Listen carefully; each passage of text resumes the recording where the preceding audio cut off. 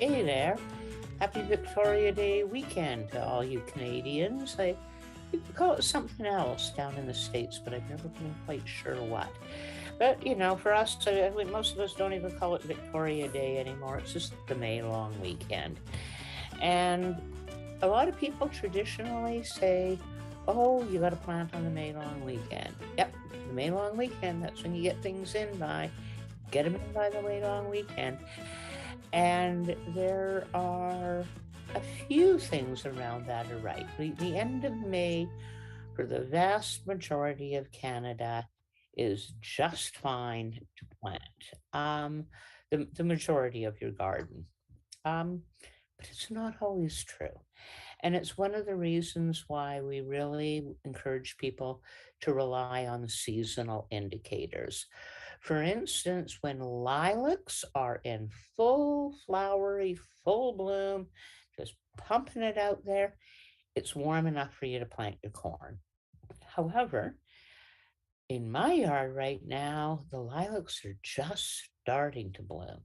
Whereas down at Paradise Point, where we have our teaching garden, the lilacs are kind of coming towards the end of their cycle. So, you know, we could be planting corn and beans out at Paradise Point here in Tappan. Nope, not at all. So, happy welcome to the May long weekend. I hope you're getting some garden work done, but it's not really the most auspicious time to plant either. We hit the last quarter on Sunday, so we're actually now in the fourth quarter. Fourth quarter planting, often the energy just isn't there. Now, today and tomorrow, we're in Pisces, which gives us a tiny bit of an edge. So, if there are things that you absolutely have to plant, especially if they're kind of leafy things, then they should do really well with that extra Piscean energy.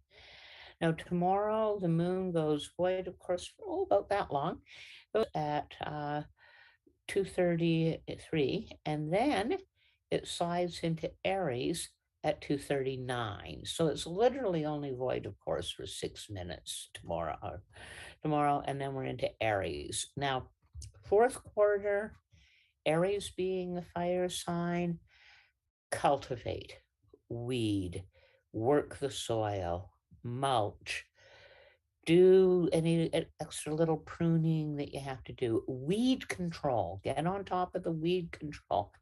But don't try planting once we've slid into Aries. Wednesday's not going to be. Now, Thursday, late in the day, 8:20 in the evening, we're going to go void, of course. And then just a little bit before midnight, we're going to slide into Taurus, which means that Friday is going to be a Taurus day all day long, as is Saturday. Taurus energy, good solid earth energy, but again, fourth quarter, so not a lot of good starting planting energy, but pretty good for transplanting. So if you've got starts that you've got going that you want to get into the garden, look at Friday, look at Saturday. Those are going to be really, really solid days that will work indeed. And now Saturday is also our second session of our forest gathering and our garden workshops. Saturday, we're going to be up at Yankee Flats at Tara's place again, and we're going to have Mauna Loa, and we're going to have a fabulous time there. We're going to see how everything's progressed since last month. So yeah, Saturday, lots of Taurus energy, and then Sunday, we start the day in Taurus, but we go void, of course, just a little bit after 7 in the morning, and then at 10:22 on Sunday, we slide into Gemini. Now the new moon's going to be happening on the Monday, so once we get into next week, once again, we're going to be having these fabulous planting windows coming up in the coming week. So Saturday, we're going to be doing the Garden and Gather workshop at Tara's. Sunday, we're going to be out on the banks of Fortune Creek at Sherry Roy's place. in the Armstrong area. And then Monday, which is the second last day of the month, we're going to have our teaching gardening out at Paradise Point open for people who want to sign up for the garden gather workshops. Now, we're coming to the peak of planting season. This is an absolutely fabulous time to start really kind of hanging out around the greenhouses and the plant centers. As the season progresses, you'll find that, the cost of the plants can actually start dropping as they're getting anxious to get things out. There's no way to stop those plants from growing that isn't going to do them harm. So once the greenhouses and the garden centers have got them and they're out there watering them, the regular growth in that, it becomes problematic. Just like you get too many plants and don't know where you're going to put them all. Well, they count on people coming in and buying. It's been a slow season. If you haunt those centers and that, you might start finding yourself some real bargains in the plant department. Um, the end of May here, you should be looking at getting all of your brassicas in the ground yet. And a lot of the things that you can straight seed can go into the ground. If you've held off on your carrots and you've held off on transplanting out some of your warmer crops, that's probably a good thing. And we're certainly not warm enough for beans yet in our neck of the woods. So you might be in yours, but here I think that we're still right on the verge. Beans like it extremely warm. And if you want the absolute best results you can from planting your beans, I'd suggest that you lay them out on a paper towel and germinate them before you put them in the ground. Just let those beans crack, see the beginning of the growth, and that way you know for a fact that those beans are going to come up for you. Um, Carrots, we've got a little bit of stuff that we've been experimenting with carrots. And last year we confirmed in the teaching garden that planting your carrots and then laying a nice long board right on top of the row where you've got your carrots still seems to be the method that gets the best result. The board shields them from the sun and the moisture. It's heavy enough that the seeds themselves don't blow away. It keeps everything moist. And then as you, in 4 or 5 days, when they've definitely germinated, you tilt that board up and prop up the sides. You let a little bit of sun and air in, and then in about a week or so after doing that, you can take the board right off and you've got carrots that have established themselves relatively well and should be able to just take right off. um, at the teaching garden, we're still working on getting the corn into the ground. And as I said, the beans, we're probably going to be waiting until the first week of June here to get beans in.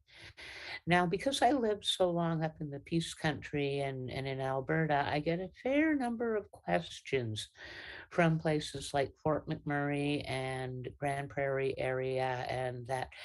And I got to tell you, I don't encourage you to be trying to get your garden in this weekend. It's been a very cold spring up there. And I know for a fact that I've had snow in the Grand Prairie area on my birthday, which is the 28th of May. We haven't hit that yet. I never planted my garden when I lived up north until the first week of June. The first year or two, I was foolish enough to think that the long May weekend could indeed do that. But it was about the third year that I was there that the long May weekend turned out to be the worst blizzard of the entire winter.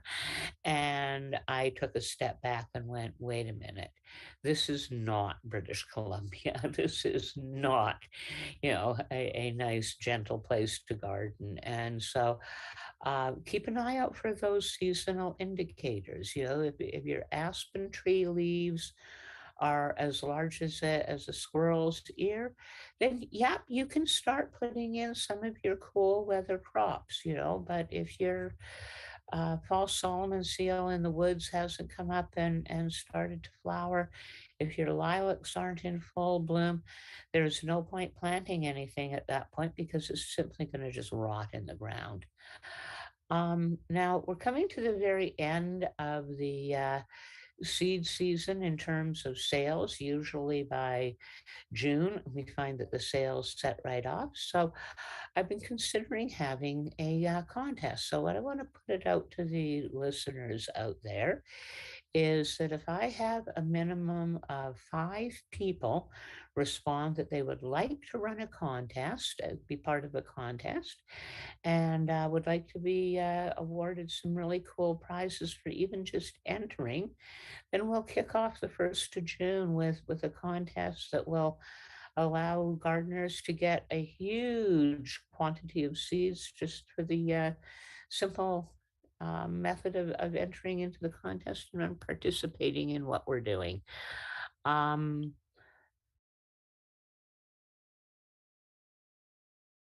Perfect. Do that.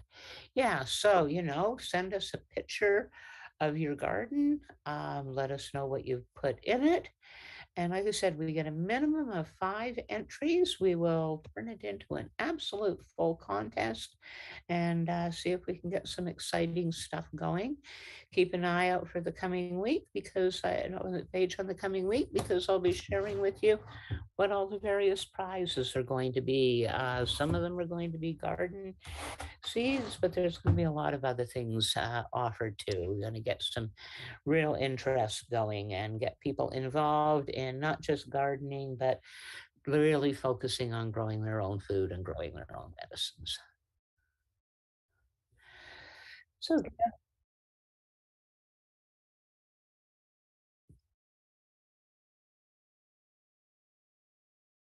yeah, submit them to the Wise Woman Seed page on Facebook, the Wise Woman group, or the Wise Woman Seeds. Either one will work. I monitor both of them really regularly. And yeah, let's get some interest in what each other is doing, and you know, get out there and garden. Rain or shine, get out there and garden. And I guess that's it. And we'll see you all next week.